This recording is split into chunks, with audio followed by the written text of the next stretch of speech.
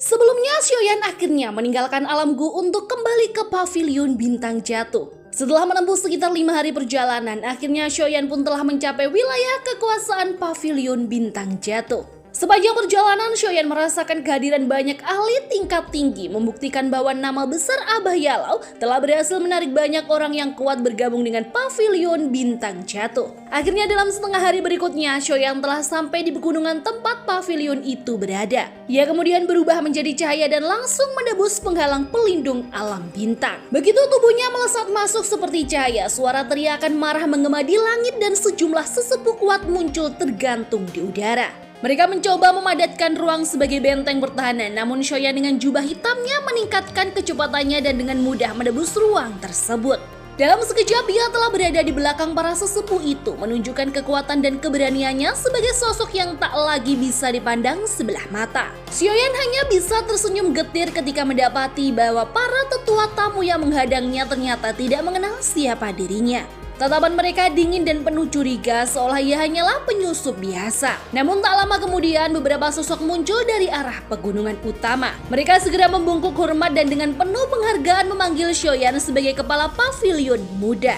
Seketika suasana pun berubah, ketegangan mendadak mencair dan bisik-bisik keheranan pun mulai terdengar dari para tetua. Menyadari kesalahan mereka, seorang tetua berjubah kuning yang tampaknya adalah pemimpin kelompok langsung maju, memberi salam penuh hormat kepada Xiaoyan. Suasana pun berubah menjadi penuh kekaguman. Beberapa saat kemudian ruang di belakang Xiaoyan tampak bergetar, lalu terdengar suara yang sangat familiar di telinganya.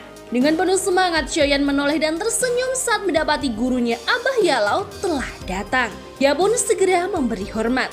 Yalau membalas dengan senyum dan anggukan ringan. Ia tampak puas melihat perkembangan luar biasa muridnya yang dalam waktu singkat telah berhasil menebus batas dan mencapai tingkat bintang 8 Daosun hanya dalam setahun selama di Alam Gu, prestasi yang luar biasa. Setelah mereka kembali ke aula utama Pavilion Bintang Jatuh, Xiaoyan dan gurunya pun terlibat dalam percakapan panjang. Dalam pembicaraannya itu, Xiaoyan sempat bertanya tentang keberadaan teman-temannya karena sejak kedatangannya ia belum melihat mereka. Yalau hanya bisa menarik nafas pelan lalu menjelaskan bahwa rombongan dokter peri kecil Tian Huo dan King Lin telah kembali lebih dulu ke Kaisaran Jiama karena situasi darurat yang sedang melanda aliansi. Yalau melanjutkan penjelasan bahwa dalam 1 tahun terakhir kekacauan melanda benua barat laut. Sebuah organisasi kuat bernama Sekte Singa Mendalam muncul dan memicu perang besar. Mereka diperkuat oleh sejumlah ahli misterius dan dalam waktu singkat berhasil merebut hampir seluruh wilayah benua barat laut, bahkan kini tengah berupaya menjatuhkan aliansi di Kekaisaran Jiama. Mendengar itu, Xiaoyan langsung menangkap makna tersembunyi di balik kekuatan Sekte Singa. Ia menyimpulkan bahwa kemungkinan besar ini adalah permainan Aula Jiwa. Yalau mengiyakan dugaan muridnya. Aula Jiwa sekali lagi melancarkan invasi besar-besaran ke Kekaisaran Jiama demi tujuan lama mereka, mengumpulkan tubuh para ahli kuno. Yalau mengungkapkan bahwa dirinya telah mengirim sejumlah ahli dari pavilion untuk membantu dokter peri kecil dan rombongannya. Namun ia mengakui bahwa pasukan yang dikirim masih belum cukup kuat untuk menghadapi ancaman gabungan antara Sekte Singa dan Aula Jiwa. Tanpa ragu, Xiaoyan mengepalkan tangan dan meminta izin kepada gurunya untuk segera berangkat kembali ke Kaisaran Jiama guna melindungi keluarganya serta orang-orang yang dicintainya, termasuk Sailin yang selama ini juga telah mengisi hatinya. Yalau tidak terkejut dengan permintaan itu. Ia sangat memahami betapa pentingnya kekaisaran dan aliansi tersebut bagi muridnya. Sebagai bentuk dukungan, Yalau bahkan telah menyiapkan sebuah lubang cacing khusus yang menghubungkan langsung Pavilion Bintang Jatuh dengan wilayah Kekaisaran Jiama. Jalur itu masih dalam proses penyempurnaan dan setelah selesai, perjalanan panjang Xiaoyan akan menjadi jauh lebih singkat. Sebelum pergi untuk beristirahat sesuai perintah gurunya, Xiaoyan sempat menyerahkan token giok pemberian Yao Xingji kepada Yalau. Reaksi sang guru berubah serius setelah melihat benda itu. Xiaoyan pun hanya bisa bertanya-tanya dalam hati apakah gurunya akan menghadiri upacara tersebut.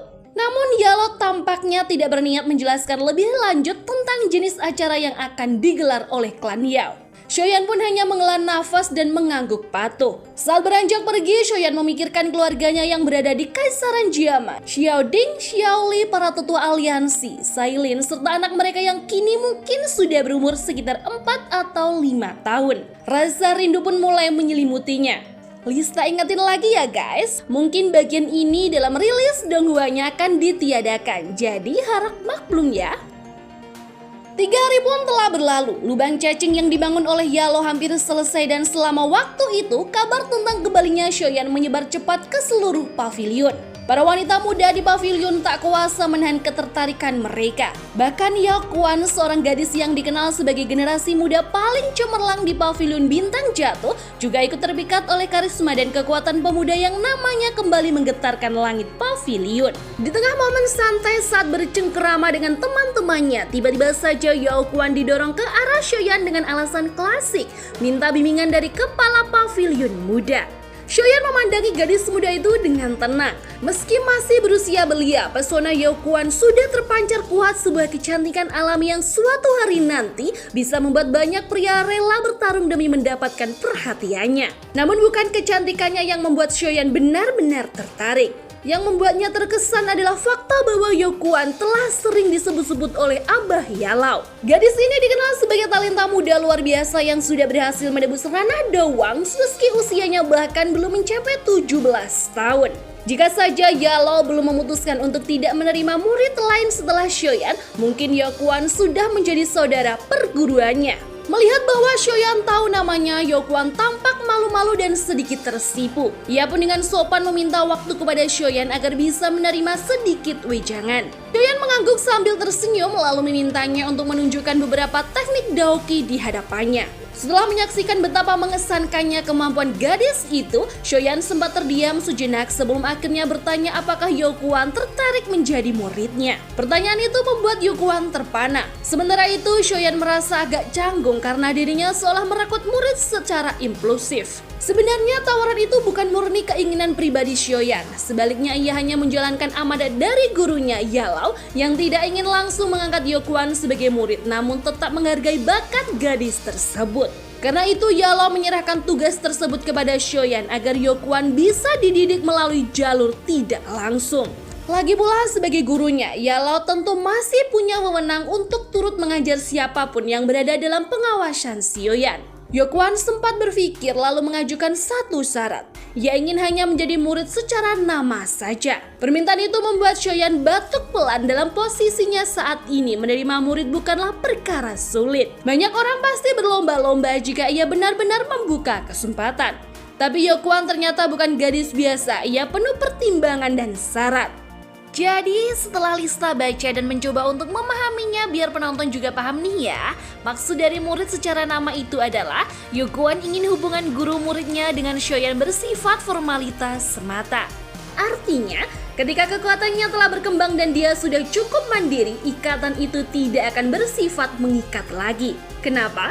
Karena ternyata Yeokwan punya niat masa depan.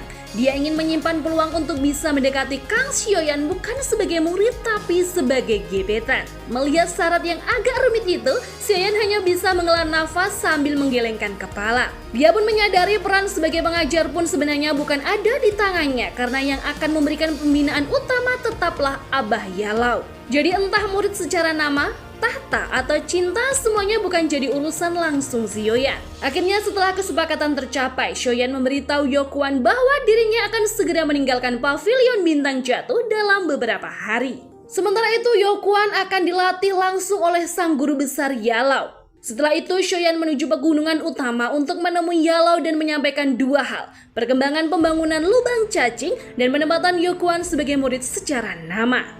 Mendengar hal itu, Yalow tertapa lepas. Ia menganggap hal ini cukup lucu, apalagi dengan embel-embel murid dalam nama. Namun di tengah tawa itu, Yalow juga memberi kabar bahwa lubang cacing telah selesai dibangun, hanya saja kondisinya masih belum sepenuhnya stabil dan perlu waktu untuk benar-benar bisa digunakan dengan aman. Sambil bersantai, Yalow bercerita bahwa ia telah menyiarkan kabar ke Sentaro Dataran Tengah. Pavilion Bintang Jatuh membuka lowongan pendamping ekspedisi untuk seorang dosun. Upahnya 3 pil tingkat 8 per orang. Bayaran semurah itu sebenarnya sudah lebih dari cukup bagi senior sekelas dosun dan Shoyan yakin sanggup menyediakannya asal Yalow tidak merekrut sampai 3 atau 40 orang sekaligus. Ternyata Shoyan meremehkan nama besar sang guru. Begitu pengumuman dilepas, Pavilion Bintang Jatuh dibanjiri pelamar selama 3 hari berturut-turut. Lebih dari 50 ali dengan aura megah bak meteor berjajar melayang di angkasa belakang alam bintang, semua berlomba-lomba ingin menjadi tim pendukung Shoyan. Pada akhirnya Yala menyeleksi 20 Dosun terbaik mayoritas bintang 3 dan 3 diantaranya bahkan berada di bintang 8 Dosun meskipun kekuatannya masih di bawah Shoyan. Selain itu Shoyan diizinkan membawa 10 tetua tamu pavilion sebagai total pasukan menjadi 30 Dosun, kekuatan yang cukup untuk menghapus lembah sungai es, sekte langit mendalam, bahkan pavilion petir angin yang dulu pernah bentrok dengan Shoyan. Yala pun yakin sekte singa bakal keteteran meski disokong aula jiwa. Ketika barisan telah siap, Shoyan memberi sambutan singkat. Mereka harus patuh penuh pada instruksinya selama berada di barat laut. Yala kemudian mengibaskan lengan bajunya di puncak gunung. Sesaat kemudian terowongan spasial raksasa berdenyut pelan memancarkan arus hisap lembut. Hingga kemudian gulungan kompas ruang tiket menuju kekaisaran Jiama berpindah ke tangan Shoyan. Ia menoleh tersenyum pada sang guru, lalu berbalik dan memimpin seluruh rombongan memasuki lubang cacing dan perjalanan pulang kampung pun resmi dimulai. Sementara itu, di sisi lain aliansi Jiama tengah mempertahankan benteng kuning, pusat saluran energi langit kuning yang amat vital dari kepungan sekte singa. Di aula utama benteng berdiri seorang wanita berparas mempesona, bermata tegas namun menahan letih Medusa, pemangku tampuk kekuasaan aliansi selepas kepergian Shoyan. Bersamanya hadir wajah-wajah familiar Hai Bongdong, Fama, dan kedua kakak Shoyan, Xiaoding dan serta Xiaoli. Situasinya genting, sekte singa telah mengepung benteng sepenuhnya, membuat para tetua berwajah muram nyaris pasrah.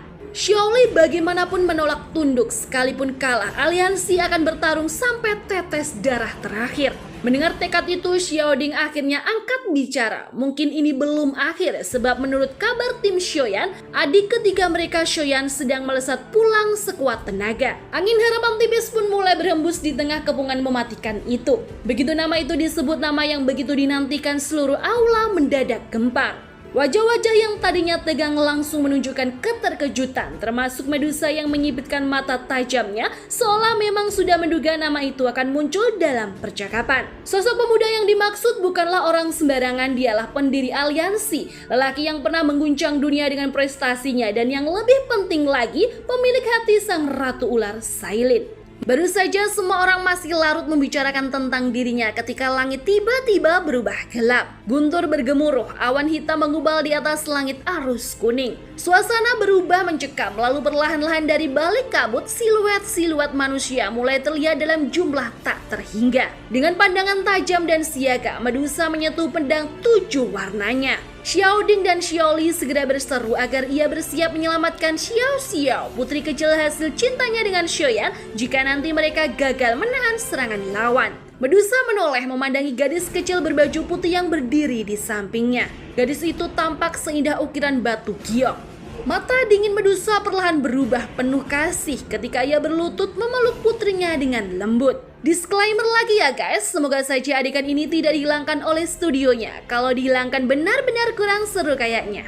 Berdoa saja ya guys, agar rilisnya gak jauh-jauh amat dari cerita novelnya. Xiao Xiao meski masih kecil bisa merasakan atmosfer menegangkan yang melipupi sekitarnya. Dengan suara lembut ia mencoba menenangkan ibunya, berkata bahwa ayahnya pasti akan segera kembali. Ucapan gadis itu seolah memperkuat harapan semua orang bahwa Shoyan akan muncul tepat waktu.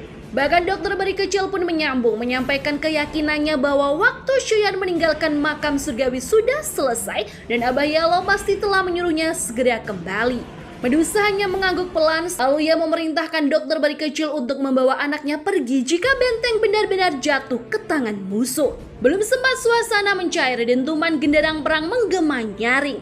Dari balik pasukan sekte singa, seorang pria parubaya berambut emas muncul, Sitian, pemimpin tertinggi sekte itu. Dengan suara lantang ia menanyai Medusa apakah Ratu Ular itu berniat menyerah. Sebagai imbalan, Sitian bahkan menjanjikan kompensasi selama Medusa bersedia tunduk dan menjadi bagian dari rencana mereka.